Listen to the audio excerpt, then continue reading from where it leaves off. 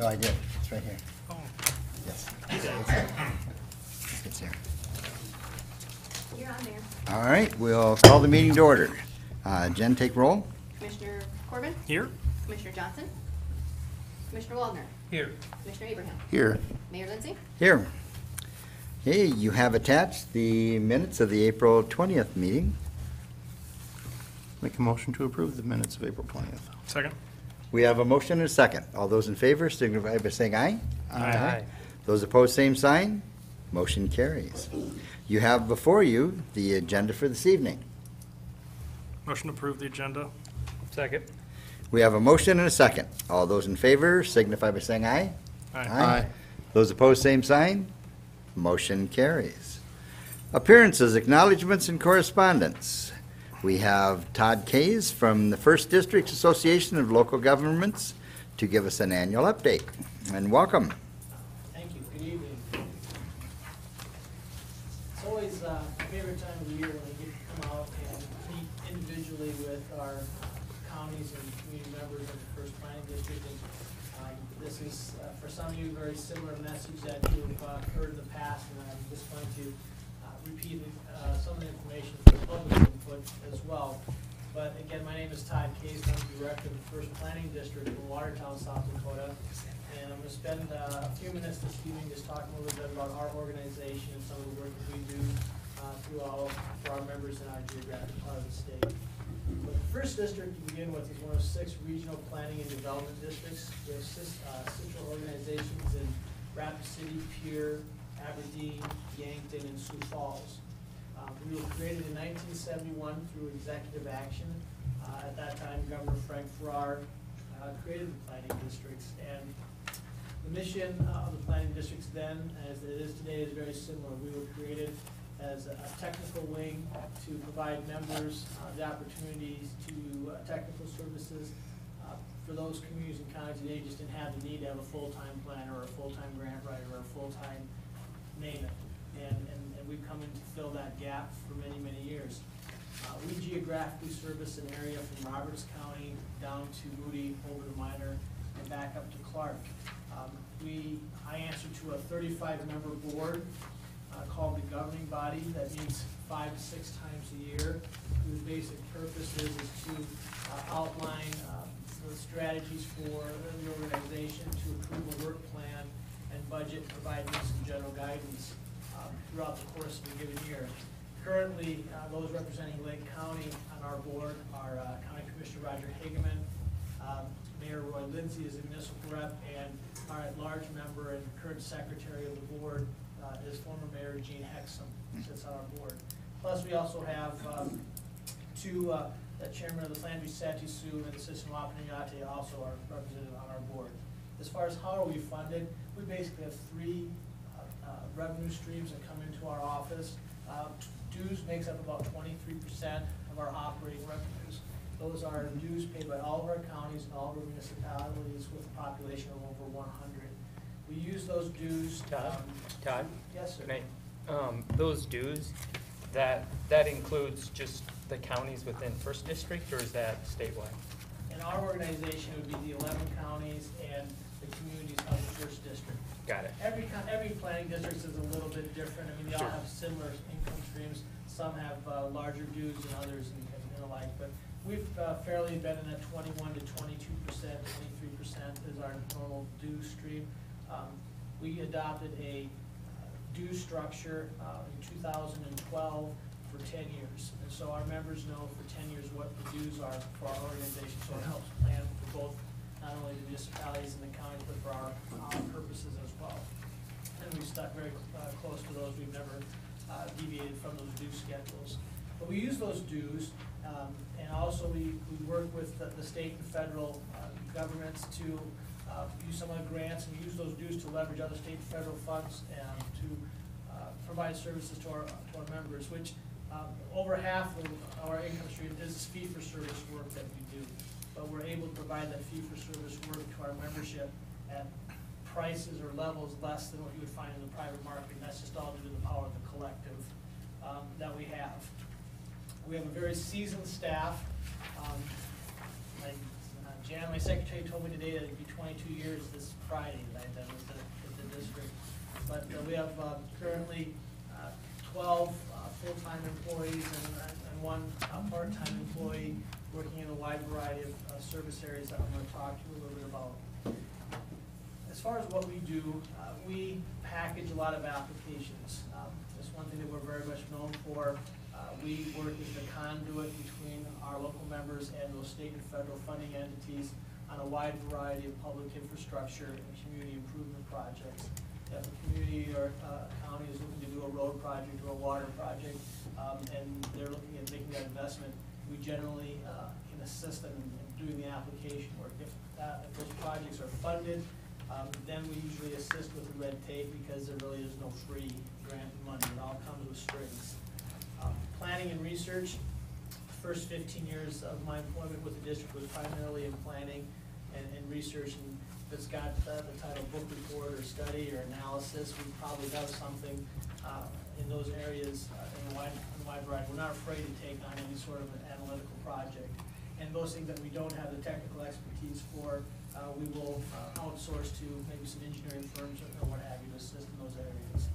We do have some very specific technical specialties, assisting in the areas of development of tax increment financing, geographic information systems. We have 3.5 individuals in our office that work solely in GIS.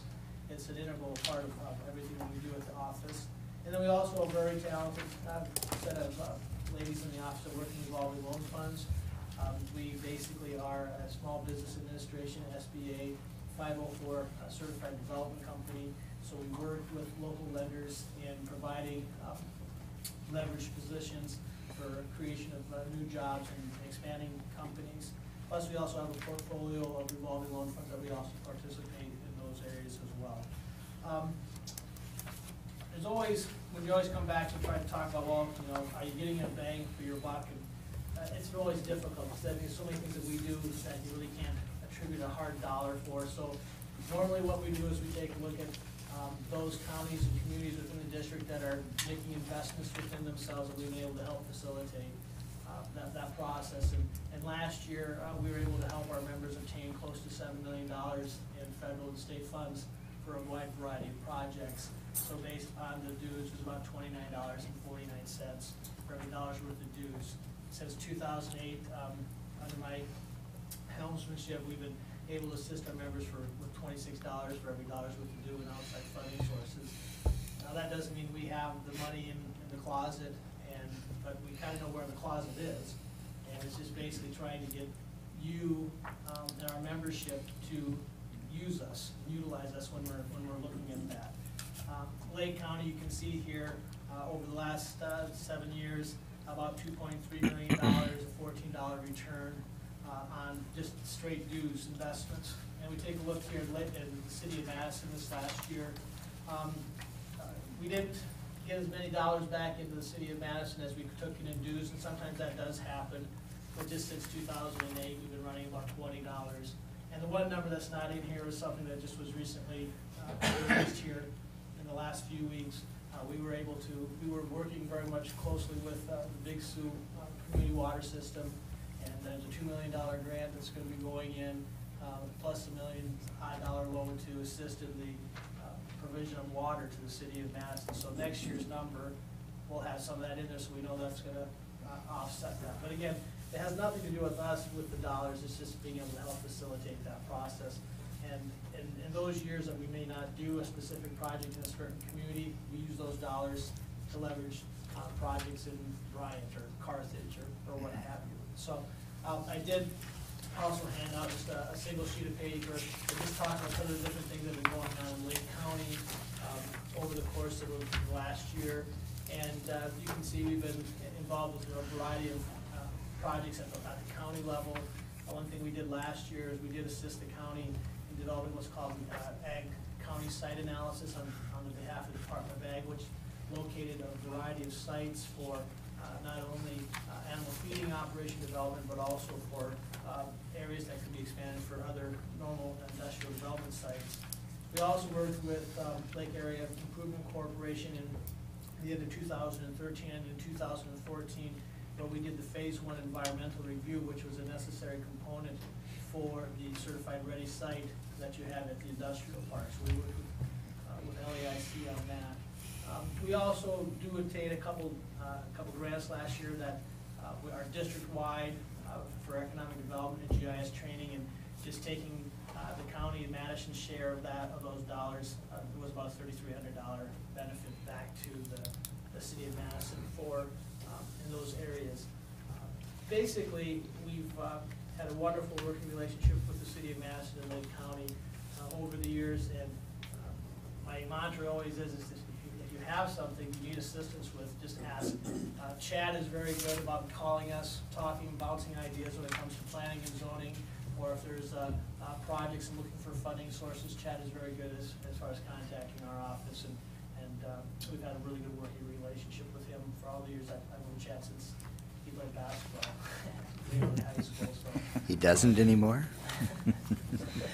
But I guess that's really, it's just use us. So that you pay dues, you pay us to help you with whatever problem or something that you might need assistance with, and so just call. No, very I'm really good. glad to answer any questions. Very good. I attend the meeting, so I get my questions answered there, so it's, I'm looking to the others to, I'm pretty familiar with what you do, and I mean, I've worked with Chad on a couple of grants you guys have helped us out on, and of course in my other job as well, we've utilized you guys for different things, and you know, and I, probably the biggest thing I guess I would say is it's always hard to measure dollar amounts, and you know, you picked a good indicator, but I think it, like you said, it still doesn't show all of the other little things that you do, and just having your help working on a grant, and then if you are not accepted for that grant, you've still done that work, and sometimes that even helps you on other grants as they come up. So you know what we did wrong or where we need to work on, and so. And I think the mayor will probably attest to, I mean, when we have our little quarterly meetings, you get to hear what other people are doing, you can come up with what regional perspective on economic development. We feel that Madison is only as strong as Fort Worth or Howard or Arlington, pick a community, because you know you are an anchored community, and so we want to make sure those small towns are also viable. And lots of times we maybe do a lot of work in the small towns, and it's kind of an investment for the larger communities to have that ability for us to go out. You have a very seasoned staff that takes care of a lot of your own local needs, and sometimes it's to get somebody to come to Wentworth to explain a zoning practice or to do a grant application that they wouldn't normally do. That's where we use the larger communities' dollars and counties' dollars to help out those smaller communities as well.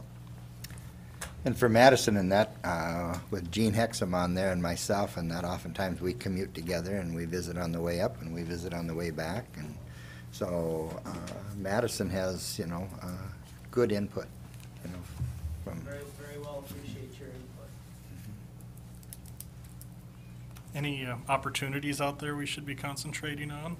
Well, you know, I think we might be a little bit late this year, but there's a Tiger grant, which is a Department of Transportation grant program. It was about, if you have a really large, if you guys can think of some really large transportation projects that are out there, that might be part of what we call multimodal and multidisciplinary and different partners. There's a big pot of money that they're always looking at trying to find projects. The city of Watertown currently is looking at building an overpass on Highway 212, so the railroad can go right about over by the river, so it'll be unencumbered. And so there's a railroad that's interested in doing something like that. Highway 212 is on a plan in 3 years to be completely redone. So it could be a state project, a local project, a private entity project. It's also going to include, you know, safety issues and also pedestrian traffic. So if you can think out of the box, that's a big project, and the minimum amount, grant amount's $1 million. So when I'm talking big, you got to be thinking something that could be out there. And if you find a $2 or $3 million project, then maybe you can find half the funding. It's a national competitive program, but there's usually 1 or 2 awards a year. The South Dakota's done very well. It's also, we work with the Department of Transportation on trying to identify those projects too. So that's one that's out there. Again, I know as you guys are looking at your trail programs you've been doing, there's those dollars out there for trail enhancements. I know you've used this before on your water and sewer projects. I know the last couple you've actually ended up self-financing those through local vendors and got a better deal. And so we're always willing to, the pots of money haven't changed so much. It's generally the amount of money in those pots has becomes much more competitive. And so those are the big things that we're seeing right now. There's also the last one would be is if you're aware of a bird in the hand, so to speak, where you got a company either expanding new jobs or creating a new company creating jobs, and you need some money for industrial park improvements, road improvements, water and sewer improvements. The New Building South Dakota funds through the Governor's Office of Economic Development is a grant program that will pay for infrastructure improvements to supply and support those new job creations. And so right now, I think the cap's about $400,000 is what they've been going with. And so if you need to build a road or get some water line into an industrial park to serve a new tenant that's going to create jobs, that's an opportunity. And those are quarterly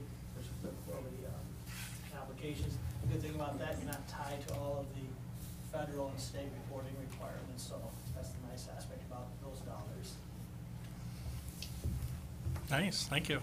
Very good. Well, thank you. I do appreciate it. And again, anything that you need, just don't hesitate to call.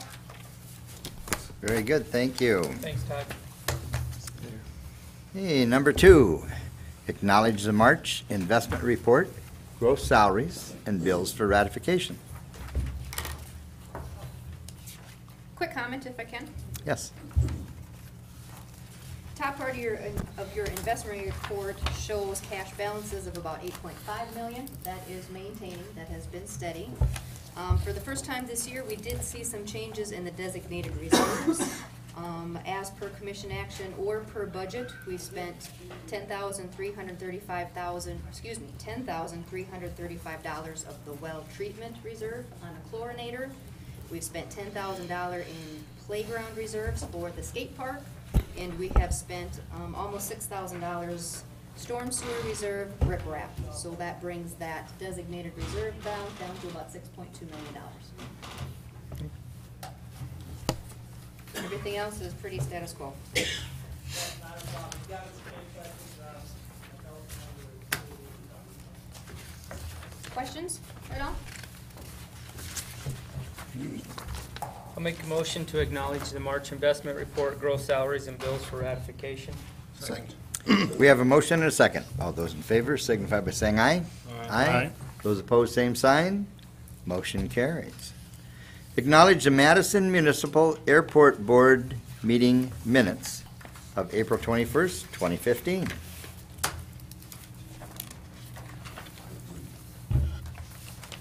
I would make a motion to acknowledge those minutes. Second. Okay, we have a motion and a second. All those in favor signify by saying aye. Aye. Those opposed, same sign. Motion carries. Seeing no old business, under new business. Number 1, consider proceeding with the Madison Municipal Airport fuel system upgrades. Chad, would you want to address that? Yes, I can start to address that, Your Honor. Mr. Peters, Airport Board Chairman, is also here, and Ms. Riggins is here as well. But I will try to hit on a few things that have been done that I've participated in since this was before the City Commission on April 2nd, where it appeared basically that the Commission asked the Airport Board and the Airport Manager and whomever else was involved in the process to come up with some ideas or solutions to this challenge that's happening out there. But since the April 2nd, the tanks were inspected, the existing tanks were inspected there by a certified company. It was determined that the Airport Board, that the tanks can be reused. Ms. Eimers provided some financial reporting to the Airport Board, and that's also been shared with you about the funding revenue generated from the fuel system and other revenues revenues that are generated from the airport, revenue generators, I guess the cropping and the hangar leases, I guess are the primary ones. We talked to an owner of a couple other tanks out there that are empty. Contacted some of the DOT contacts from their office to talk about possible funding available from them, and then also a letter that went out. The mayor signed a letter requesting funding to go towards any improvements to the airport system. We're actually, the city of Madison is on the agenda for tomorrow to talk with them. And then, of course, you just acknowledged the minutes from the airport board where they had provided some recommendations. I'd maybe just hit on them, and Mr. Peters or Ms. Riggin or the mayor was there as well. Can touch on anything that I'd missed. But they made a recommendation to proceed with updating the system using the existing fuel tanks. There was 3 recommendations here. The second was to ask KLJ, they did attend the meeting as well, to provide more information about utilizing those existing tanks in a proposal to proceed, basically to get this thing bid and constructed in 2015. And then the third one was that the airport board would recommend to the commission that they purchase from, the owner's not listed here, but we know who the owner is, obviously, a 10,000 gallon tank for a very reasonable price, it appears, from the going prices from tanks, for tanks of that size, and incorporate that into the fuel system for, among other things, to help facilitate receiving larger loads of fuel, which would be at a cheaper unit cost, because they wouldn't have to pay for storage and such like that. And Chad, for the benefit of the news and for the people in the audience, the tank that we're talking about is already there. It's already within the airport's confinement area. It was used for 1 year with a grant project with SDSU, and then it has not been used since. So in essence, it's a brand-new tank sitting in our facility, and we have the opportunity to purchase it for a very reasonable price considering one that's new. Our current tank is only 4,300 gallons. A semi-load runs between 8,000 and 9,000 gallons, so we pay extra because we can only currently take a partial load. So there are some definite benefits in that for this project to purchase that other tank, and the tank is, if I remember right, $4,000, $4,300. So it's something that's definitely the right way to go. The cost, thank you, Mayor. The anticipated cost to update the system, including the tank, is about $254,500 and that would be the current estimate. That doesn't include participation by the Aeronautics Commission, if that would come in. The request was made and the letter was provided to you, a 20% funding request, and we'll hopefully know tomorrow if that's granted, provided the commission even wants to proceed with this in this calendar year. That would be, the airport board also discussed multiple phases. That would be one phase. The other phase, I would describe it, maybe everybody wouldn't describe it this way, but as an optional phase, which would add more concrete area for turnaround and such around the pumps. That would also need to have some work done to the airport layout or airport layout plan.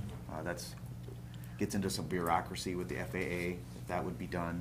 I believe it would be able to function without the phase 2. However, the airport board did express an interest in phase 2 as well. But the costs that I had outlined for you or just mentioned don't include phase 2. What's referred to as phase 2. And Do we have those phase 2 costs? they had to scramble to get the phase 1, but I would say, just really ballparking it, somewhere pretty expensive, between $50,000 and $80,000. And that's for some time and effort to go through the formalities and the bureaucracy of changing the airport layout plan, and then design, and then the installation of not a small pavement area, you know, when you start figuring turning radiuses for airplanes and such like that. But it could be up to that much. And that you were provided with the proposal that was requested by the airport board, where this information is outlined, and a scope of services. If you would be interested in proceeding, you'd have to follow that up with an agreement with KLJ for their services to proceed with that. Chad, might want to mention too that when we upgrade the existing facility, that EA is. Yes. Additional EA would not be required. Yes, thank you. An environmental assessment, if you install a new system, a new fuel system, which was discussed at the April 2nd meeting, you would have to do an environmental assessment. If you're reusing the old system, the old tanks, and extending the lines and moving the pumps slightly, you can get by with a categorical exclusion, and that's less of an effort. Thank you. With that, and I don't know, that's what I would report based upon what's happened since the last meeting. So they came and inspected the tanks, you're saying, right? Correct. Yes. Did they say anything about the junk and stuff that's around by the tanks? Not in the tank inspection that I'm aware of. Okay. All right. The tank inspection basically was to do, I'm going to use the term X-ray, whether that's the right term or not, was to determine the thickness of the metal, and that to make sure that it exceeded the minimum amount that was required. And in all the locations in that they checked, it I shouldn't say far exceeded, it was Sufficient. well beyond the thickness necessary, which shows that it didn't have any rusting out on the inside, even though there's some surface rust on the outside where the paint, you know, is kind of chipped away in that. So the quality of the tanks in that are good. So that's what the inspection basically covered. There was some question, and that's because the pipes come out, go down underground to the current gas pump dispensers.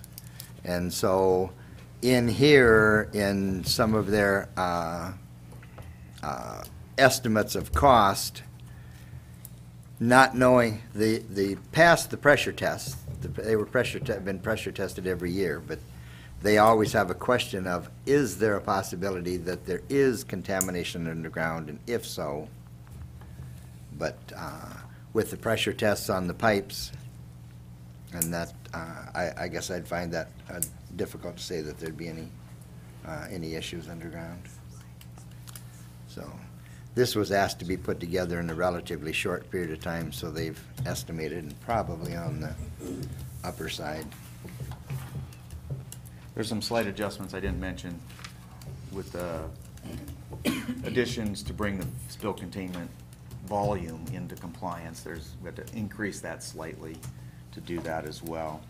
And so when you start adding in all these different little things, it just starts to add up. I would say that estimate is probably conservative, but the thing that was commented to me is that it's not as clean as, of course, as when clean from the design side, so to speak, as a new system, because then you're just going out and putting that out there. Right. And so it's a little more costly on the design side when you're dealing with so much of the existing infrastructure and what is in compliance and what isn't. What are we going to have to do to get it in compliance versus what we aren't? And so that's the offset, somewhat of an offset to the new system or the savings that you experience from using these tanks.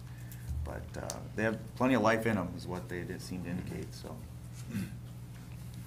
Well, that's always something that you have to look at, though. You know, I mean, we started this by saying we need to upgrade our pumps, and then now we're talking tanks and everything else, and the initial expense was $300,000, and if for just another $30,000 we get everything all new, well, we should look at that. But, you know, I'm all for using what's available there. I mean, Nick has mentioned you know, we have tanks 20, 30 years old in town that are There's they're lots still of tanks that are older than that very in town. capable, yeah.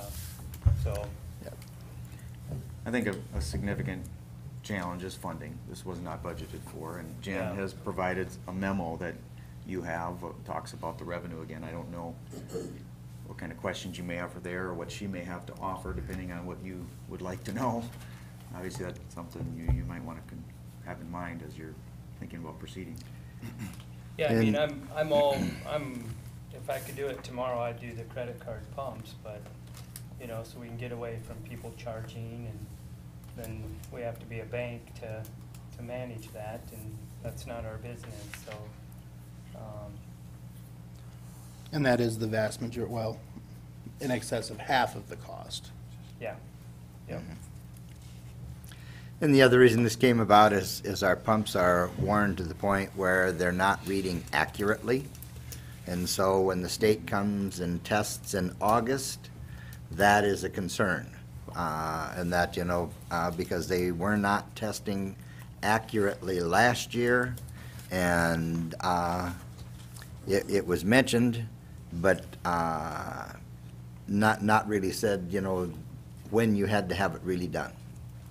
And so we're anticipating that they're looking at August this year, but that hasn't been really stated either, so. Well, when the state shows up and inspects your, your pump or your dispenser and it fails, there's a red tag on it and you can't use it anymore, so. Yeah, you're done. Then you have to do it. And we've got a very viable airport that we actually don't want to shut down, so. Correct. Correct. It's, you know, and the airport it's critical to our town for everything from economic development to, you know, just the pure transportation and the other businesses that use it to get their parts in and out. It's just been nice to know about this about 3 years ago, so we could Yep. have been budgeting for it. And We didn't even own the system 3 years ago, so, we bought it 3 years ago, or, yeah. Yeah. And a lot of people may not know, 53 airplanes call Madison home. So, So what do you need from us tonight then, Chad? Or what are you looking for? What's the airport board looking for? Is this the authorization Is to this put it just out a- for bids? Is, This would be, start the process of preparing, because it's obviously the cost is above the bid limits. And so it'd start the process of preparing plans and specifications to allow it to be bid, correct? And with the goal of getting it done in 2015, by the end of freeze-up, basically. I would say if you're prepared to proceed, and maybe I'll ask Dave for help on this one, but you could authorize the mayor to sign a subsequent agreement, provided a favorable review by the city attorney, to start the process. Are we just talking about starting the bidding process? And entering into that agreement with KLJ. Yeah, okay. That would be the agreement we'd be referring to. So part of that funds then are just gonna come from unbudgeted areas, and I'll have to review your, And I have it, if you want to talk about it, we can go through it, but I would initially say between some changes that have happened with the airports, now we budgeted in 2015 for construction at the airport, thinking that the next phase, jump in here at any time, please, Chad. Mhm. He and I have talked about this more than once. Anticipating construction in this year that we already know is not going to happen, along with the fact that we didn't budget for the land rental, because we thought that that construction project was going to have commenced. We've got some dollars that we can cash flow already that I can see. Contingency money, it's a little early to talk about spending contingency money, but it is there. We put it in the budget for a reason.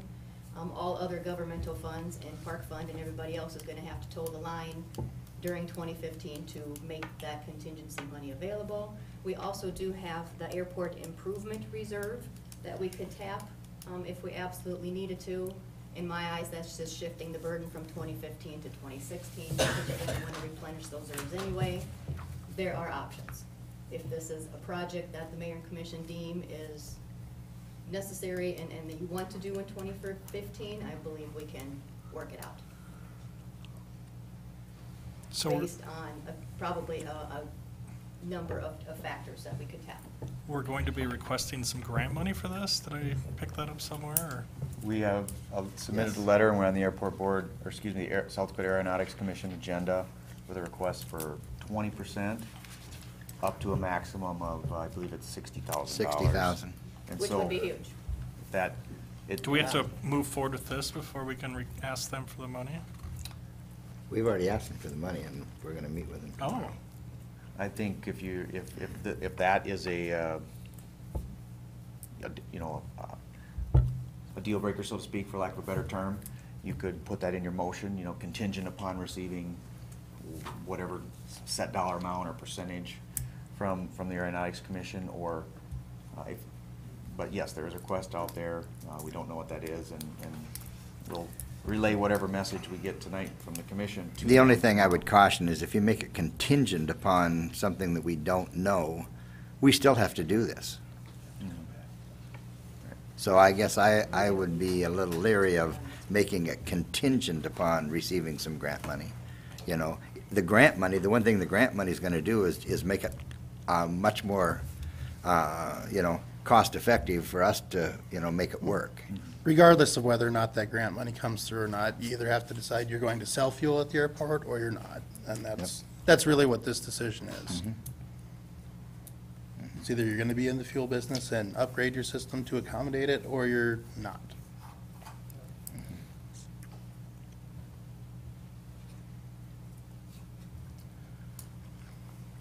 With that, I would make a motion to authorize the city engineer to, are we authorizing the contract with KLJ? Is that what you would Right. like? Okay. I would make a motion to authorize the contract with KLJ to upgrade the fuel system improvements at the airport.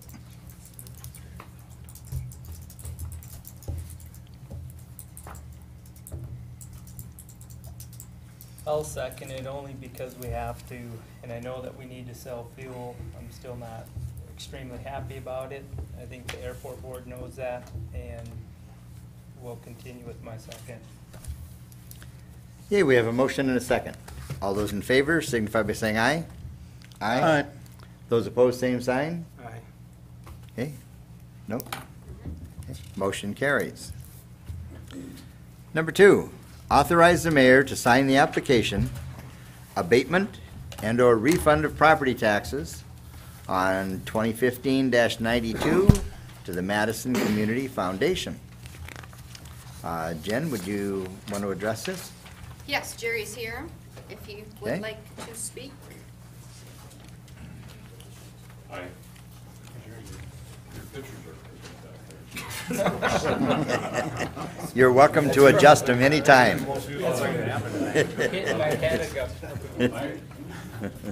I'm the current Community Foundation president, and as everyone knows, we embarked on a project several years ago to purchase a property and construct a thrift store on that site.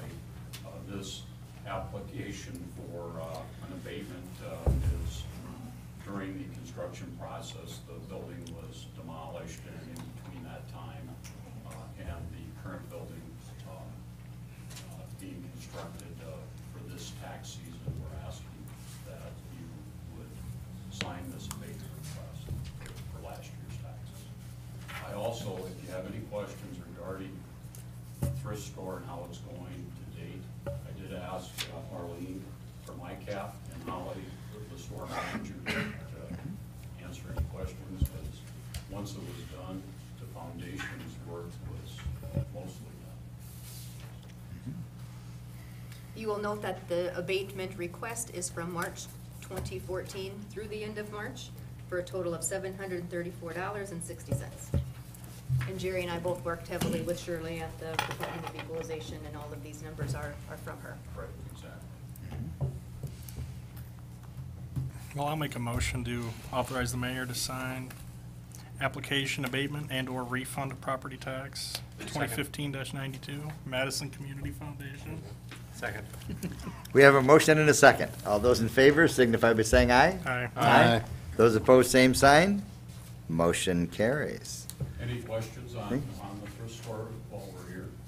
And we have an open mic, I kind of like that. That's true. Your time. Little PR. Anything you wanna add? Would you mind just giving us an update? I will, yeah. Very nice, thank you. What would you like to know? Just give us kind of, from the beginning to where you are now and how things are proceeding. Well, we're on as projected. I mean, we were pretty conservative with our estimate for the first year as far as like, what our costs and stuff are gonna be. And we've been very pleased with the way things have been going. The community has been amazing. The donations we've got in and people coming down to volunteer, just been amazing. I mean, we've gotten really good product in and great volunteers in, and the people in the community that have been coming in and shopping. It's been really good. And we're thankful for, all of it, all of the support of the community, the volunteers, the foundation for helping getting the building going. Very good. It's a nice, clean building and makes our town look very nice with good building fronts like that, so It is, we Yeah. appreciate that. And as you drive by and that, it's nice to look in to see that, that it's displayed very nicely. So it's definitely an improvement to that end of the main street. So,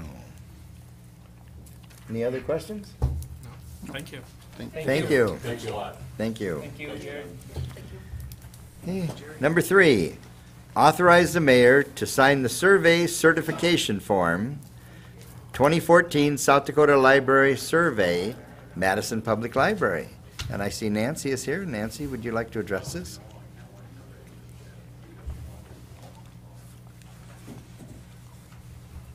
Another open mic, just for you. It's for me. It's actually the annual report. Mhm. We're required to submit the annual report to the state of South Dakota, and they are required to submit the reports and everything. So this is a lot of figures and a lot of statistics that we keep track of on an annual basis, but also on a daily basis.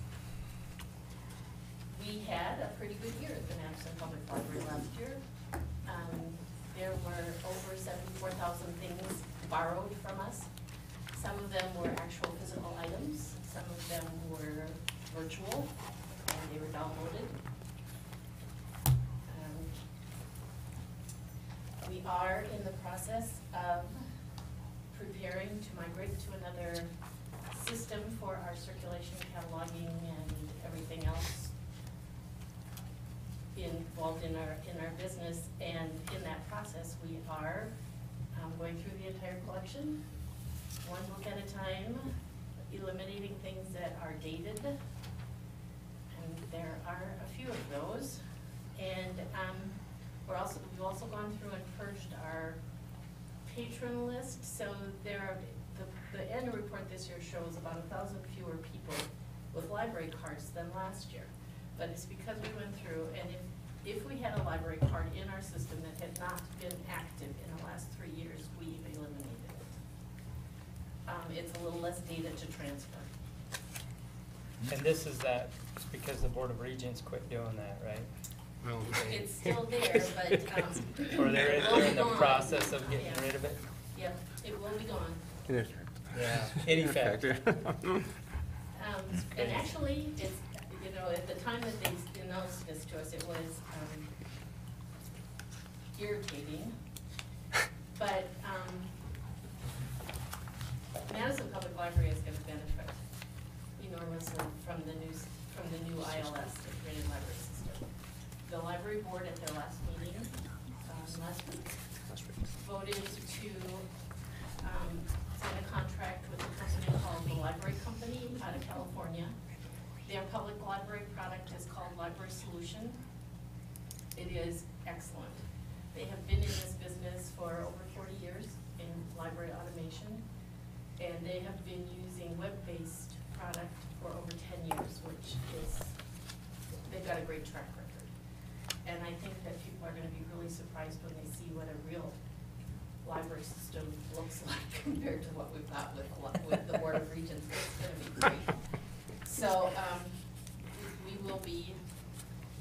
I'm signing a contract with them soon, I hope.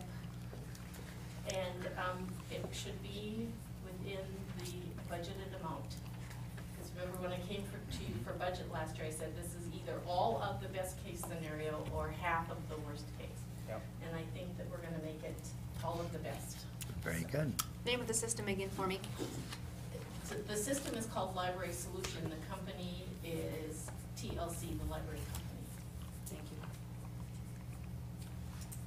The other thing that we were busy preparing for, besides our annual celebration program, is Melanie Argo on the library staff wrote a grant.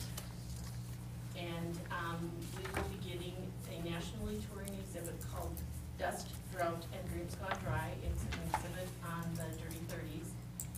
And we are the only South Dakota site to get this grant, so good for Melanie. She did a great job. There will be some special programming involved, so watch your emails. You may get a notice.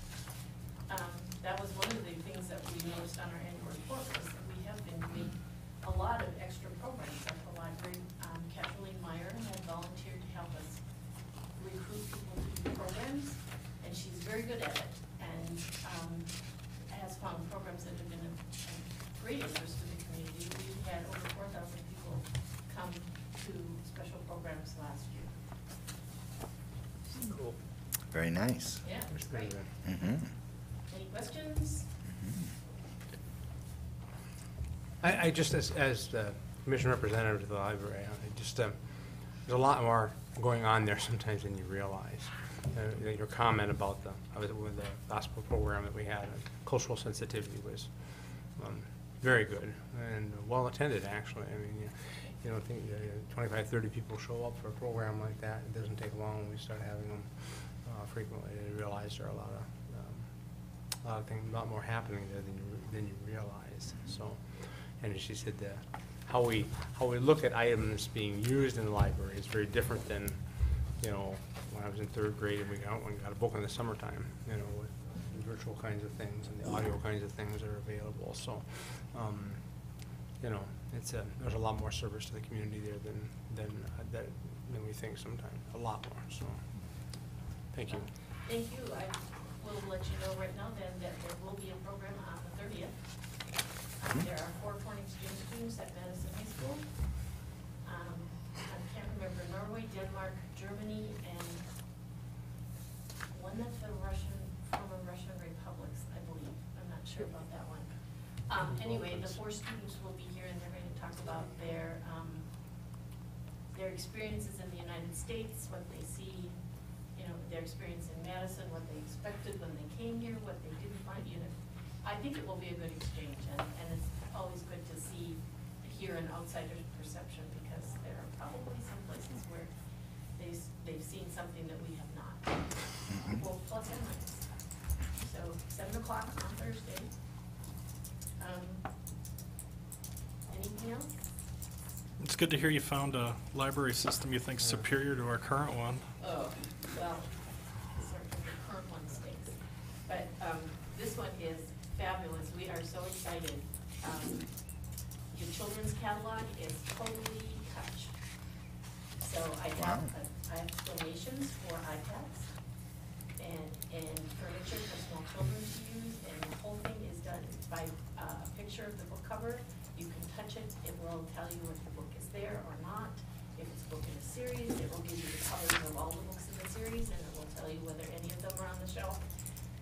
And for a small child, you don't have to be able to read. You can just point. So, and no typing for them. Actually, we can do a lot of that with the adult catalog too. And it will let us do federated searching, which means that if you type in a topic and you allow federated searching, you will be able to get not only the books that are actually in the library, but the databases that the library has. It will search them all at the same time. So your results list could be enormous just because you're getting anything out of the databases too. Very nice. Yeah, Excellent. it's gonna be fabulous. Very Thank nice. you. Thank Yes, you. Thank you.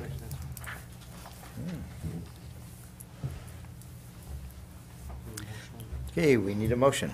I'd make a motion to authorize the mayor to sign the survey certificate form for the 2004 South Dakota Public Library Survey for the Madison Public Library. Second? We have a motion and a second. All those in favor signify by saying aye. Aye. Those opposed, same sign. Motion carries. Thank you. Thank you. Number 4, authorize the mayor to sign the agreement, the water purchase and wheeling agreement with the Big Sioux Community Water System. And we have a speaker here besides Chad. Either one of you want to address this? I can talk about some of that. Very good. That's all right. I'll maybe talk a little bit about the agreement itself, but maybe even precede some of that, if I may, some things that led up to this agreement. But basically, as the title indicates, this is a water purchase and wheeling agreement for Madison to receive water from Big Sioux. And the larger picture, this is a cooperative effort, if you will, of getting Lewis and Clark's allocation, Madison's allocation from Lewis and Clark, I should say, of 1 million gallons in the interim before Madison is directly connected to Lewis and Clark, basically.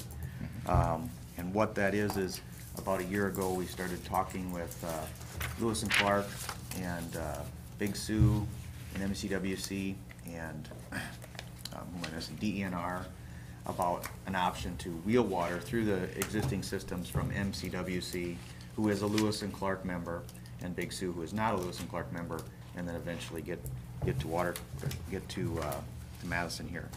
So that had proceeded in the fall of last year. MCWC and Big Sioux, after some various meetings throughout the summer, had indicated they'd be willing to pursue this partnership with us, and they submitted applications to get onto the state water plan with the board, South Dakota DENR. That started the process because there's improvement, for this to happen, there was improvements needed to each of their systems to be able to provide this wheeling, if you will. It's not very likely to be Lewis and Clark molecules that reach Madison, but it's the same water, very similar water quality. I shouldn't say the same water, but the same quality of water and such.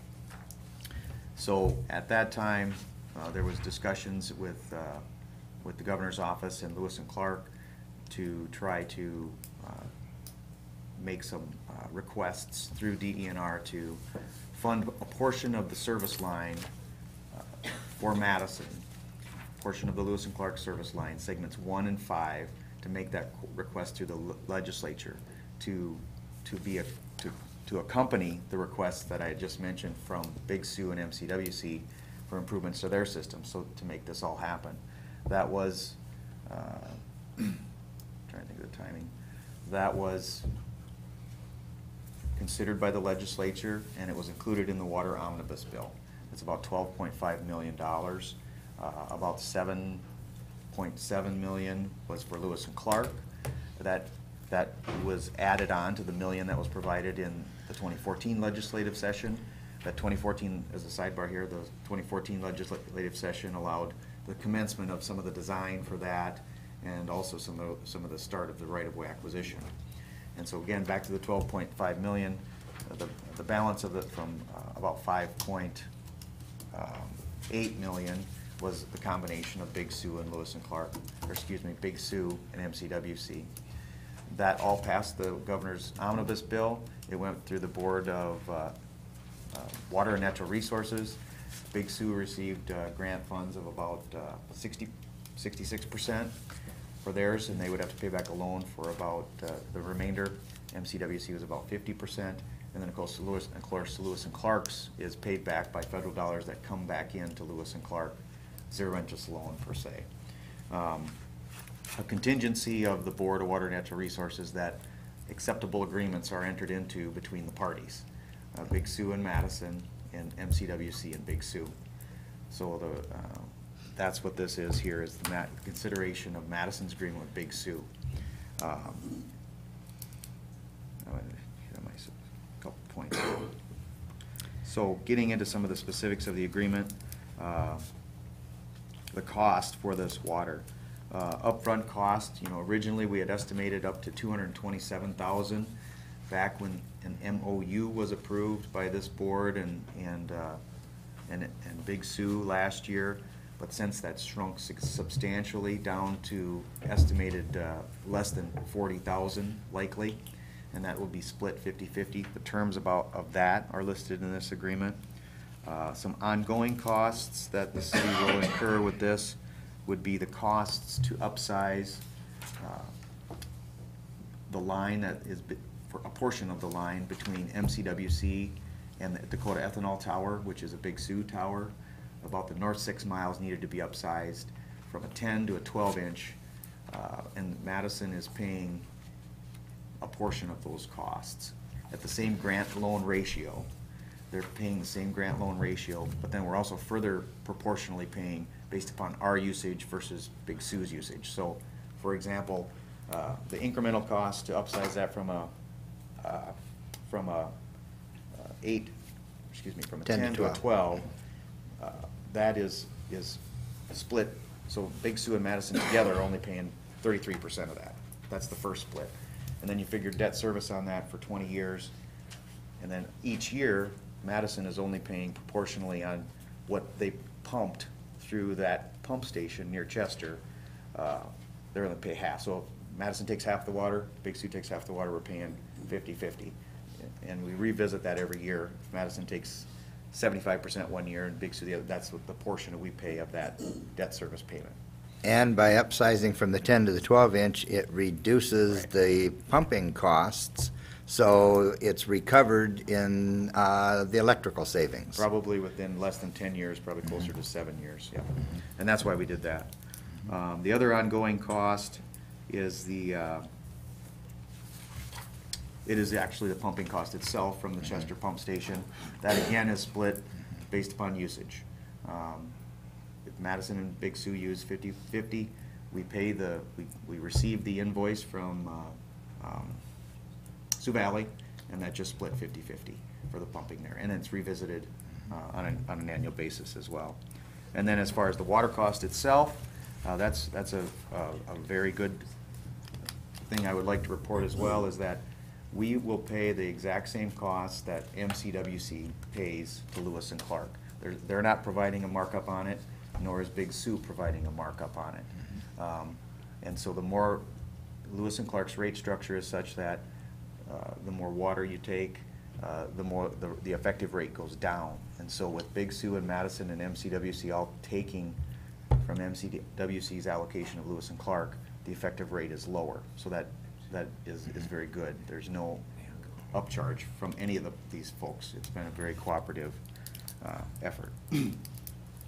The term of the loan, or the term of the agreement is 20 years from the time that we start receiving water, which we anticipate could be late 2016 possibly, with an additional clause that Madison couldn't receive water at a much lower guaranteed amount, basically the volume that it takes to keep the water in the line fresh for an additional 10-year period after that. So essentially what we're doing is we're buying about 20 to 30 years for Lewis and Clark to get the remainder of the Madison service line built. There's also other provisions in there that allow Big Sioux to use this allocation, some of Madison's million gallon allocation. However, the capacity, if they use some of that, we can take more from MCWC to allow us to still stay whole and take our million. That's an important thing that we talked about with some of the engineers. Banner's the engineer for all 4 parties on this. So those are a couple of the high points. We worked through this, spent a substantial amount of time with the mayor, Commissioner Corbin, Fred, David Jenks, reviewing this and trying to make sure we're covering all the salient points. And I believe it's a good agreement. It's already been signed by Big Sioux. Referenced in here as an exhibit is the agreement between Big Sioux and MCWC. They're considering that tomorrow. We anticipate that will be approved without any problems as well. And there's a couple other exhibits. One is a map and the other one is the MOU itself that this city commission had approved. So with that, I can try to answer any other questions if there are about this, but I'll leave it at that. It's a great deal for Madison. It really is. We'll be receiving water not only from our own wells and that are local, but we'll be pulling quality water from as far as 100 miles away. So it puts Madison in a great position for the future. We only have to look at California to see the issues that are happening out there. And this project is moving forward with segments 1 and 5 of the Lewis and Clark at no additional cost to Madison other than the agreements we were trying to work on initially when we first started, where we were trying to put an emergency line with Big Sioux. Right. And so this started out of there and has grown into basically a fantastic agreement between Lewis and Clark, MCWC, Big Sioux, and the city of Madison. And Madison will bring in water and blend it 50-50 with what we have available from our current wells. And we have 2 guests just arrived in that from Big Sioux. So we were just discussing it. So, yes. Hey. Any questions or comments? It's been a fairly long process, but I think it's fallen in place pretty much how we wanted it to. And Very going exciting. forward, even when we have our Lewis and Clark line someday, this will provide a little redundancy in case something were to happen. So I'm really looking forward to it. All right, well, with that, I'd make a motion to authorize the mayor to sign the agreement with Big Sioux Community Water. Second? Hey, we have a motion and a second. All those in favor signify by saying aye. Aye. Those opposed, same sign. Motion carries. Okay. Thanks for coming for the important parts. So, okay, number 5, review and award bid number 835, electric distribution improvements 2015. Chad, do you or Denny want to address that? Okay, thank you. I can address this. The bids were open on April 21st at 2 o'clock for the installation portion of the electric improvement project. There were 5 bidders that submitted bids. They ranged in price from $206,000 to $306,000. The low bidder was May Construction of Madison, South Dakota. There's a recommendation in the bid tab itself in the agenda packet. DGR Engineering works on this with us. They recommend May Construction, and they acknowledge in their letter what Dennis and I both acknowledge is that we've worked with them the last couple of years, and it's been a very good working relationship, and very excited that they're the low bidder, and would recommend that the commission award the bid to May Construction.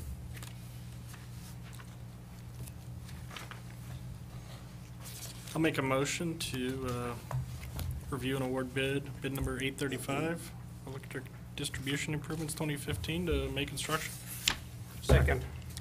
We have a motion and a second. All those in favor signify by saying aye. Aye. Those opposed, same sign. Motion carries.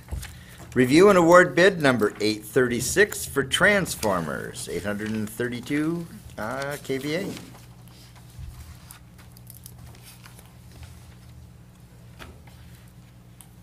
Chad, would you want to address that? Dennis, you got, come on, you got. Last meeting, you better say something. Something, Dennis, my God. You got to say something before Friday. You're going to be gone. Come on.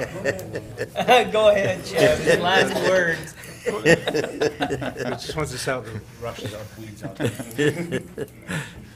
This is just surplus transformers, probably from last year's project, right? Right. Yeah. There were 3 bids received. The high bidder in this case, because it's surplus, was Dakota Transformers of Flanders, South Dakota. And their bid was $3,330. I think the recommendation is just to proceed with awarding that to them.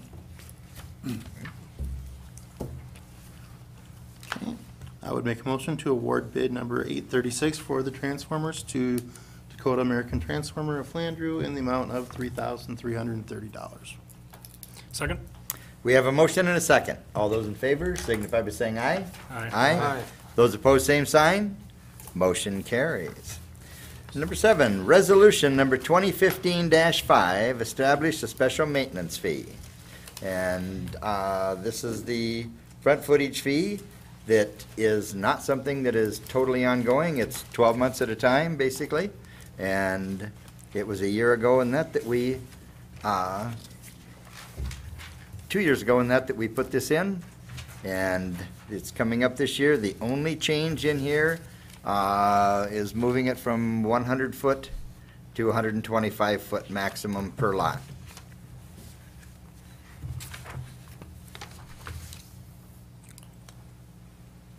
So that's changing the dollar amount, not what? No, it's not changing the dollar amount. So if there's someone that has less than 100 foot, it doesn't change that. But before, if you had 125, you paid 100. Now, if you have 125. You pay pay 125. So it's raising the amount. It raises people who the- have more than 100. It raises the potential top 25. Yes, yes.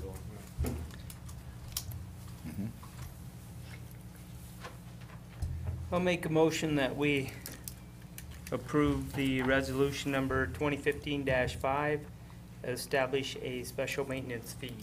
Second. We have a motion and a second. All those in favor signify by saying aye. Aye. Aye. Those opposed, same sign. Motion carries.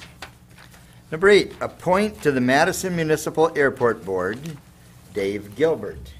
And Dave's term was up this year, and he has agreed to stay on for another term of 5 years. So moved. Second. We have a motion and a second. All those in favor signify by saying aye. Aye. Those opposed, same sign. Motion carries. Appoint to the Planning Commission, Gene Hexam, Gene Iverson. And again, their terms were up, and they've both agreed to continue on, and so they'd be happy to. I would make that motion. Second. We have a motion and a second. All those in favor signify by saying aye. Aye. Those opposed, same sign. Motion carries. And appoint to the Park and Recreation Board, Allison Nagel and Jeff Rude. And again, these are people who are currently on there and wish to stay on there. So moved. Second. We have a motion and a second. All those in favor signify by saying aye. Aye. Those opposed, same sign. Motion carries. And appoint to the Madison Public Library Board, Millie Gross and Wilson Clybacker. And again, they are returning personnel. So moved. Second. We have a motion and a second. All those in favor signify by saying aye. Aye. Those opposed, same sign. Motion carries. You also have attached personnel adjustments. I would make a motion to approve the personnel as presented. Second. We have a motion and a second. All those in favor signify by saying aye. Aye. Those opposed, same sign. Motion carries. And do we have a motion to go into executive session? So moved. Second. Okay, we have a motion and a second. All those in favor signify by saying aye. Aye. Okay, we are now in executive session. 42.